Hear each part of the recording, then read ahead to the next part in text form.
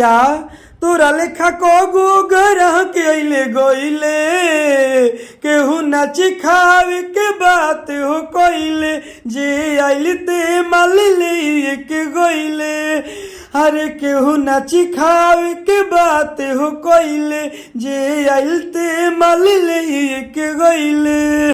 तो का हाल है सिंगर भाई लोग, ठीक है?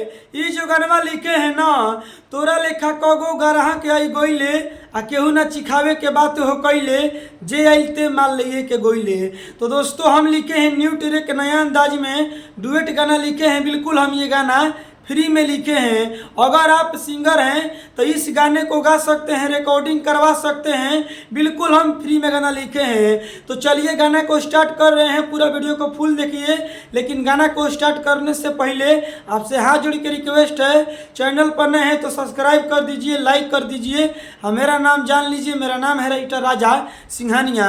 तो चलिए पहले गाना को स्टार्ट करके सुनाते हैं, उसके बाद में आगे चल के समझाएंगे। स्क्रीन पर देखिए लक्ष्य। चलिए दोस्तों ये मुखड़ा है, हम मुखड़ा को गा रहे हैं। पहले लड़का बोलता है, उसके बाद में लड़की बोलती है। तो पहले लड़का बोलता है, काहे गोरी हम के मुआवेलू अपन नारियल के पानी न पियावेलू। हाँ हाँ काहे गोरी हम के मुआवेलू अपन नारियल के पानी न पियावेलू। तब लड़की बोलतिया, तोरा लेखा कगो गरह के अइले गइले केहू नाची खावे के बात हो कइले जे आइल ते माल ले के गइले अरे केहू नाची खावे के बात हो कइले जे आइल ते माल ले के गइले। अरे तोहरे लेखा जे आइल ते माल लेके गइले। चलिए दोस्तों ये पहली का अंतरा है, हम पहली का अंतरा को गा रहे हैं। पहले लड़की बोलतिया, ओकरा बाद में लड़का बोलता।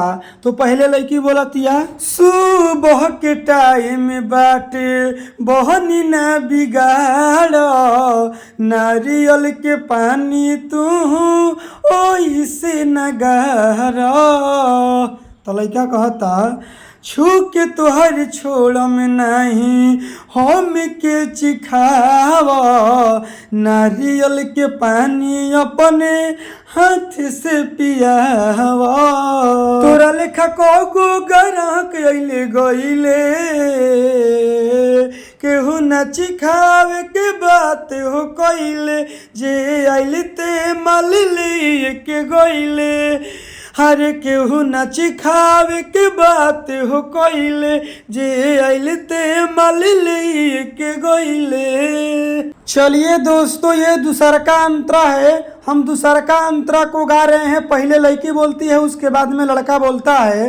तो पहले लड़की बोलती है, मिस मैस कर नहीं दाग लग जाई राजा सिंघानिया हो नहीं बेचाई। हाँ हाँ ऋषभ सिंगर के ऐसे न बोला सही सही भाव अपने दिल से तू खोला। दोस्तों जहाँ ऋषभ सिंगर लिखा हुआ है तो फाइनली ऋषभ सिंगर भाई ने कमेंट बॉक्स में कमेंट किए थे कि राजा भैया गाना में मेरा नाम डाल दीजिएगा ऋषभ सिंगर। तो देखिए दोस्तों हम ऋषभ भाई के गाना में नाम डाल दिए हैं। अगर इसी तरह आप भी सिंगर हैं, अपना गाना में नाम डलवाना चाहते हैं तो सबसे पहले आपको करना क्या पड़ेगा कि हम गाना में आपका भी नाम डालेंगे जैसे ऋषभ भाई का नाम डाले हैं। अगर ऋषभ भाई जैसा आप भी अपना गाना में नाम डलवाना चाहते हैं तो सबसे पहले आपको करना क्या पड़ेगा, अभी आप चैनल पर नए हैं तो सब्सक्राइब कर दीजिए, लाइक कर दीजिए और कमेंट बॉक्स में आप अपना नाम लिखिए कि आपका नाम क्या है। अगली वीडियो बनाएंगे तो उस गाने में आपका नाम ले लेंगे जैसे ऋषभ भाई का नाम लिए हैं। तो ऋषभ भाई ने कमेंट बॉक्स में कमेंट किए थे अपना नाम कि मेरा नाम ऋषभ है। तो देखिए दोस्तों आप भी अपना नाम कमेंट बॉक्स में कमेंट करिए कि आपका नाम क्या है। हम अगली वीडियो बनाएंगे तो उस गाने में आपका नाम ले लेंगे जैसे ऋषभ भाई का नाम लिए हैं। आगे का लाइन, अरे ऐसे शिकायत हमर केहू न कइले अरे केहू नाची खावे के बात हो कइले जे आइल ते मल ले के गइले हर केहू नच खावे के बात हो कोइले जे आइले ते मल ले के गोइले। चलिए दोस्तों, अब गाना समाप्त हो गया है और मेरा बतिया को ध्यान से सुन लीजिए।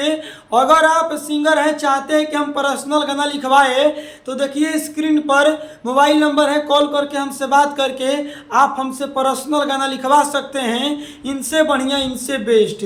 तो दोस्तों स्क्रीन पर मोबाइल नंबर है, कॉल करके हमसे बात करिए, हम आपको पर्सनल गाना लिख कर दे देंगे, इनसे बढ़िया इनसे बेस्ट।